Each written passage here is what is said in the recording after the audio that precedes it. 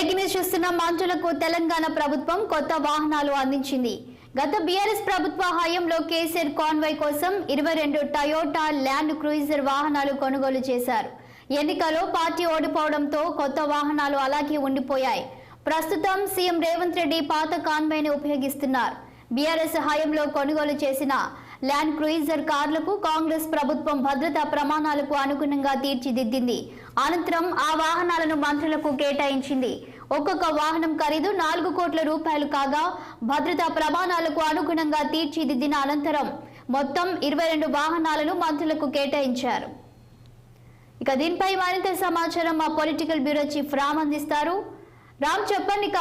కొత్త వాహనాలను మంత్రులకు కేటాయించినట్టు తెలుస్తుంది. పూర్తి డీటెయిల్స్ ఏంటి?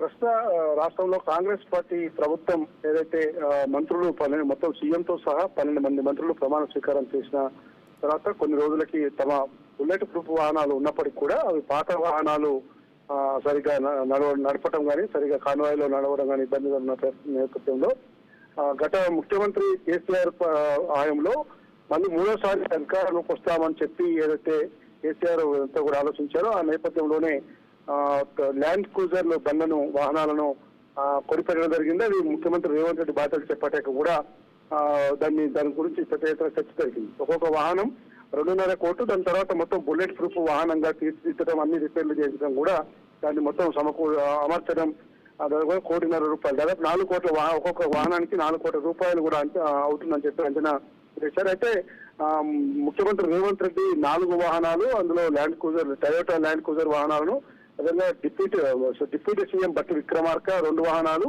అదేవిధంగా స్పీకరు తెలంగాణ కౌన్సిల్ చైర్మన్ తో పాటు మంత్రులు కొండా సురేఖ, తుమ్మల నాగేశ్వరరావు, పొంగులేటి శ్రీనివాసరెడ్డి, అదేవిధంగా పొన్నం ప్రభాకర్, ఇలాంటి వాళ్ళందరూ కూడా ఈ వాహనాలను మొత్తం 8 మంది మంత్రులకు సీఎం రేవంత్ రెడ్డి, తర్వాత deputy CM, speaker, council chairman, ఈ విధంగా మొత్తం కూడా వాహనాలను వీళ్ళు వాడుతున్నారు.